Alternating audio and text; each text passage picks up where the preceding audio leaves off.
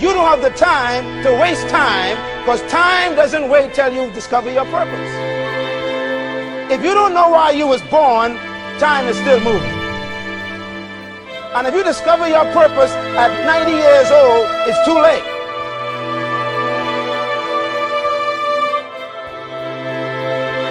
You don't know how young you are. What if you die in 2 years? You're pretty old right now. You got 2 years left.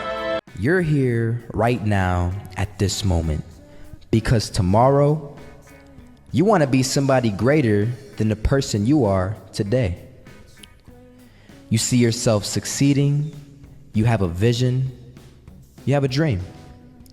Congratulations. You're already 10 steps ahead of 95% of the world. Imagine if Michael Jordan was scared of missing. He would have never taken a shot. Imagine if Steve Jobs was afraid of people not liking his product. There would be no iPhone. So ask yourself this: do you want to be a person who fears failure, or do you want to be a person who loves success? Which one? Because you're going to have to pick today. And I'll tell you one thing: one is a failure and one is a success. And if you love success, there is nothing that can stop you. All those negative things people say will mean nothing. They're gonna talk about how only 1% make it to the top. Big deal. Wanna know something else? Only 1% stick with that fitness program long enough to see results. Only 1% of nerds stick with that video game long enough to get good at it. Only 1% of relationships stick it out to the end. That doesn't mean you have a 1% chance. It just means you can't behave like the 99%. You'll have to do something better than giving up a month from now. Those are just numbers. You want to talk about numbers? Take a look around you and take a good look around you. Are you like 99% of the people around you? If you are, then you're in the wrong video, my friend. You have to love success just as much, because that's what's gonna allow you to get up and go for it. Being scared to fail won't do anything. In fact, when you love success and you start going for it, guess what happens? You're gonna fail. You're gonna fail 10 times, 100 times, maybe even 1,000 times. But that's okay. Failure isn't permanent. Falling isn't permanent. You get right back up and keep going. And this time, you're gonna be stronger, wiser, and you'll be more driven than ever. And for every 10 failures, you'll land one success. You have to love success so much that you're willing to fail 10 times before you can succeed once. That's how a winner does it.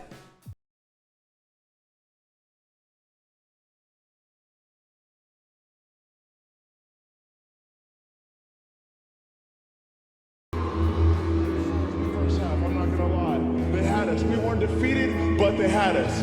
But it took guts, it took an attitude. That's all it takes. That's all it takes to be successful, is an attitude. And that's what our coach told us. He said, hey, it's gonna be tough. It's gonna be hard. You're gonna go out there, you're gonna battle, you're gonna fight, you're gonna do it for one, you're gonna do it for one another. Do it for each other, you're gonna do it for yourself, you're gonna do it for us, and you're gonna go out with this win. And we believe that, we truly did. And it's an awesome feeling. It's an awesome feeling when you truly believe that you're going to be successful. Regardless of the situation, regardless of the scoreboard, you're going to be successful because you put in all the time.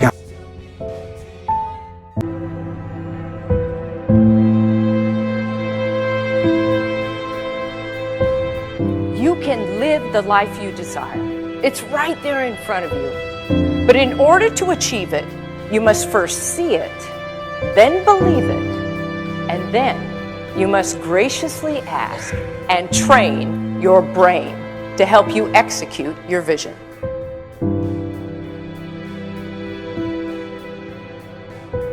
So when you start to focus and you delete distraction from your life, and you start to get seriously invested in doing one thing staggeringly well, and you practice that one thing over and over, a term to think about is mundanity.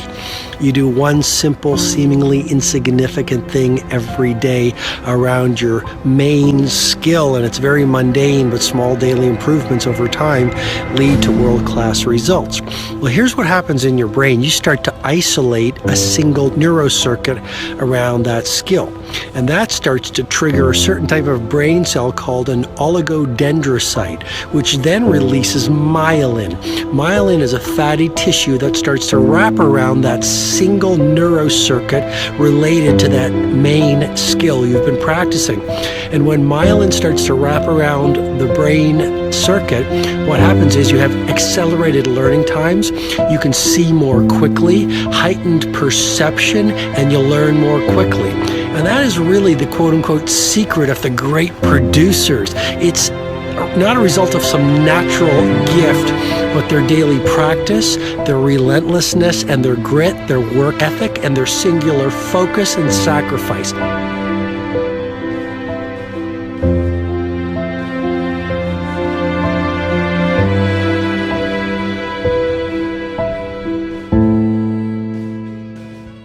A great life is built not by revolution. A great life is built by evolution. Small and steady wins the race. What you do every day is far more important than what you do once every decade. I want you to really think about that idea. What you do every day is simply your life in miniature. And as you live every single day, so you're crafting your life.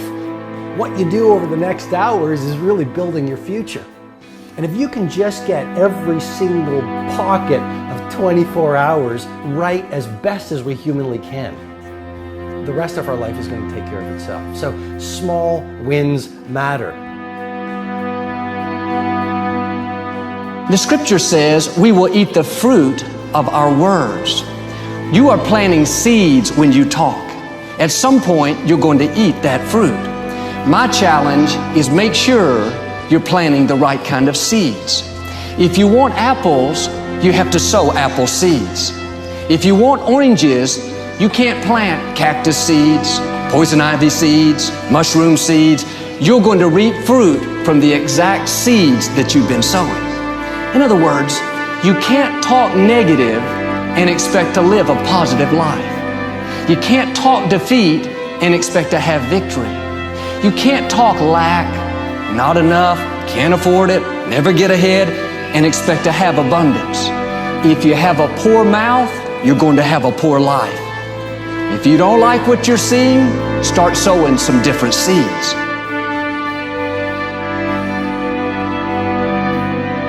We may not realize it, but we're always feeding ourselves. What we watch, listen to, the people we're around, the thoughts we're dwelling on, that's feeding our inner man. If you go to lunch with people that talk bad about the boss, make fun of a coworker, put down a friend, they're feeding you gossip, feeding you jealousy, feeding you disrespect. Here's the key. Whatever you feed is going to grow. You may not like what they're feeding you. You're a nice person, but if you continue to hang around them, before long, you'll be gossiping, you'll be critical, you'll be disrespectful. Why? Because you kept feeding the wrong things. If you're always feeding negative thoughts, thinking, I'll never get well, I'll never meet the right people,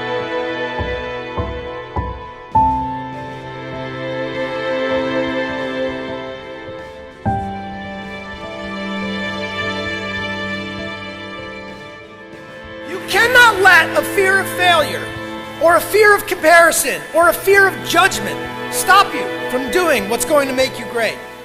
You cannot succeed without this risk of failure. You cannot have a voice without the risk of criticism. And you cannot love without the risk of loss. You must go out and you must take these risks.